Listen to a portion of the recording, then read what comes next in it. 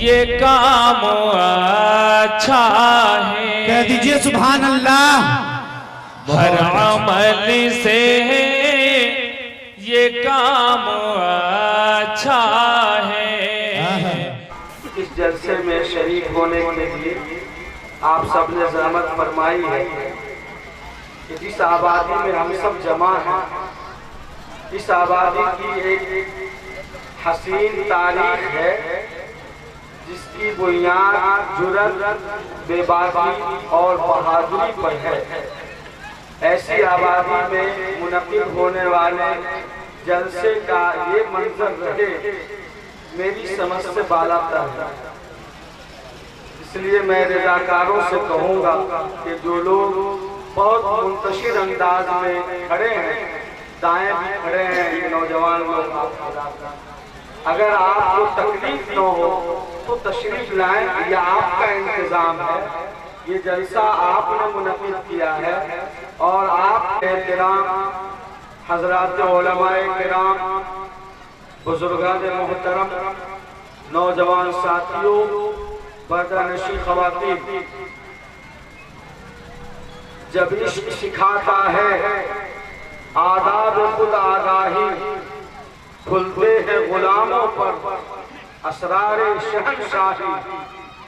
अत्तार हो, रूमी हो, राजी हो, गजाली हो, कुछ हाथ नहीं आता बेआह सहरगाही।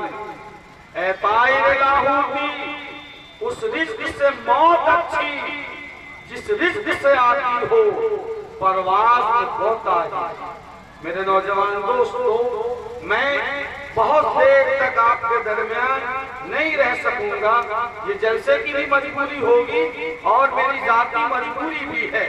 मैं सिर्फ मुख्तसर वक्त में 2-3 बातें अपने नौजवान दोस्तों के नाम और अपनी दीनी बहनों के नाम करना चाहता हूँ।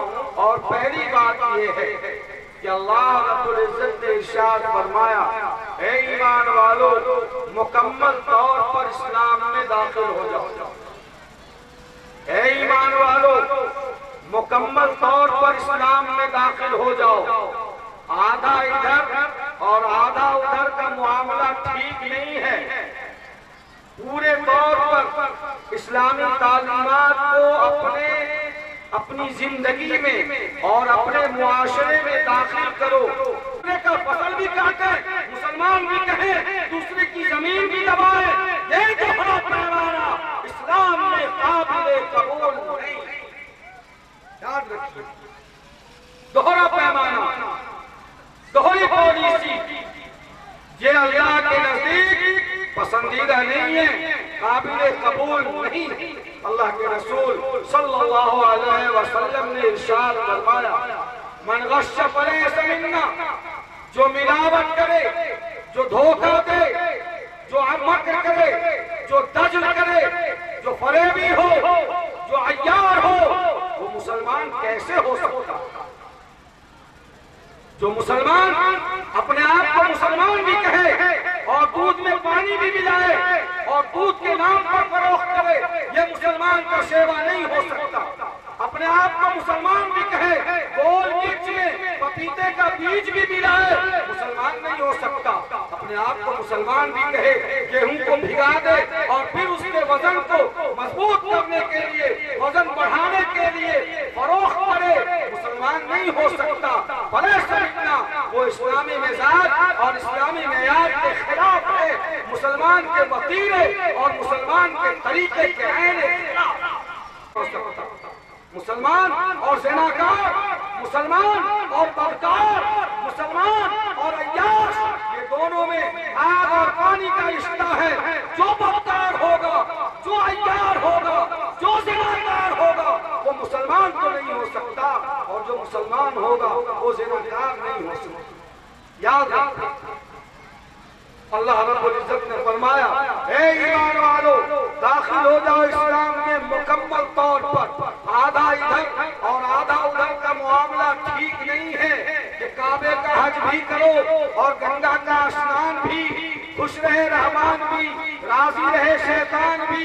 ये दोहरा पैमाना अल्लाह को पसंद पसंद नहीं है तो रंगी छोड़ दे, तो रंगी छोड़ दे, एक रंग हो जा, सरासर मोम हो या संग हो जा।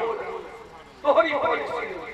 क्या मुसलमान भी हैं और अपने बेटे को बकरे की तरह, रामपुरी बकरे की तरह पोस पाल कर मोटा सोटा करते हैं।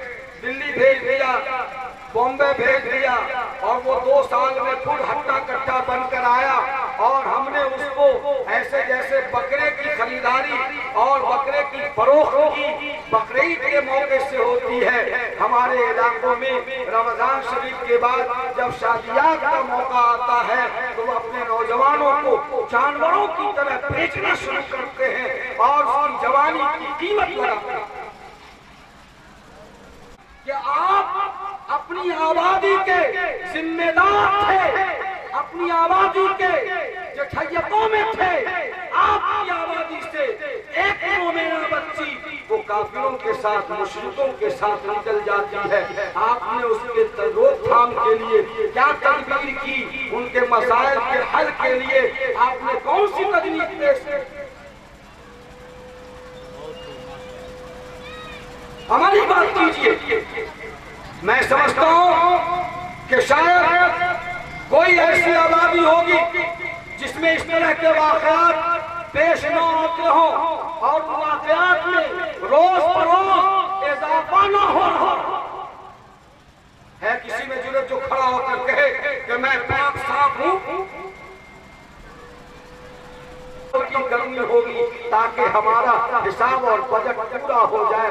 सिर्फ ये कहना कि हम गरीब हैं, पैसे कहां से लाएं, मुफलिस हैं, मैं समझता हूं कि ये बेबसी नहीं, ये कौम की बेहिसी है। इसलिए चले के मुसलमानों और कुर्बो जवार से आए हुए मुख्तलिफ आबादी के लोगों, ये तय करो कि हमें अपने बच्चों को हर हाल में तालीम दिलाना है, चाहे इस मदरसे में भेजना हो, मकतब में भेजना हो, स्कूल में भेजना हो, जहां भी भेजना हो, लेकिन ये तय करो कि हम सूखी रोटी खाएंगे, आधी रोटी खाएंगे, अपने बच्चों को पढ़ाएंगे और उनको जाहिल नहीं रखेंगे ताकि वो बेराह रवि के शिकार हो जाएं।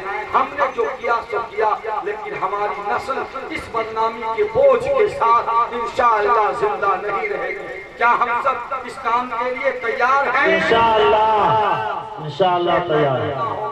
और शादियों के ताल्लुक से जरा सख्त स्टेप उठाना होगा। अजीब बात है कि एक ऐसी हराम कारी जो इज्तिमाइयत के साथ लोग उसमें मशगूल हो, क्या पढ़े लिखे, क्या जाहिल, क्या उलमा, क्या गैर उलमा, सभी सैलाब में एक ही रुख पे बहे जा रहे हैं। मैं समझता हूँ कि इसमें कुर्बानी देकर हमारे नौजवानों को आगे बढ़ना होगा और ये तय करके दिखलाना होगा कि देखो मैं एक ऐसी शादी करने जा रहा हूँ जिसमें चंद लोग जा रहे हैं और चाय पर एक वक्त के खाने पर 10 लोगों के साथ मैं दुल्हन लेके आ रहा हूँ ताकि नौजवानों के लिए इबरत हो। और अल्लाह ताला ने जो अपनी किताब मुक़द्दस में इरशाद फरमाया, वानिकुल आयामा मिनकुम व मिन अस्सालिहीन मिन इबादिकुम व इमाइकुम इन यकूनू फुक़रा युग़निहुमुल्लाहु मिन फ़ज़लिही। अल्लाह फरमाते हैं कि अपने अजीजों का, अपने मातहतों का निकाह करा दो। अगर वो गरीब हैं, अगर वो फकीर हैं, अगर वो मुफलिस हैं, तो अल्लाह ताला निकाह की बरकत से उसको माला माल कर देगा और निकाह की वजह से अल्लाह ताला उसके रिस्क में इजाफा फरमा देगा। ये अल्लाह फरमाते हैं, लेकिन हम ये कहते हैं, हमारे दोस्त ये कहते हैं कि नहीं हुजूर निकाह अपने बेटे का किया है, लेकिन जब से बेटे की शादी की है वो आमदा और खराब हो गया है। आपने तो ये कहा था कि निकाह की वजह से अल्लाह रोजी में बरकत देता है, हमारे बेटे की शादी हुई है, उस दिन से तो और फकीरी और मुफलिसी बढ़ गई है। सवाल ये है कि कुरान पाक सही कह रहा है या हमारा तजुर्बा सही कह रहा है?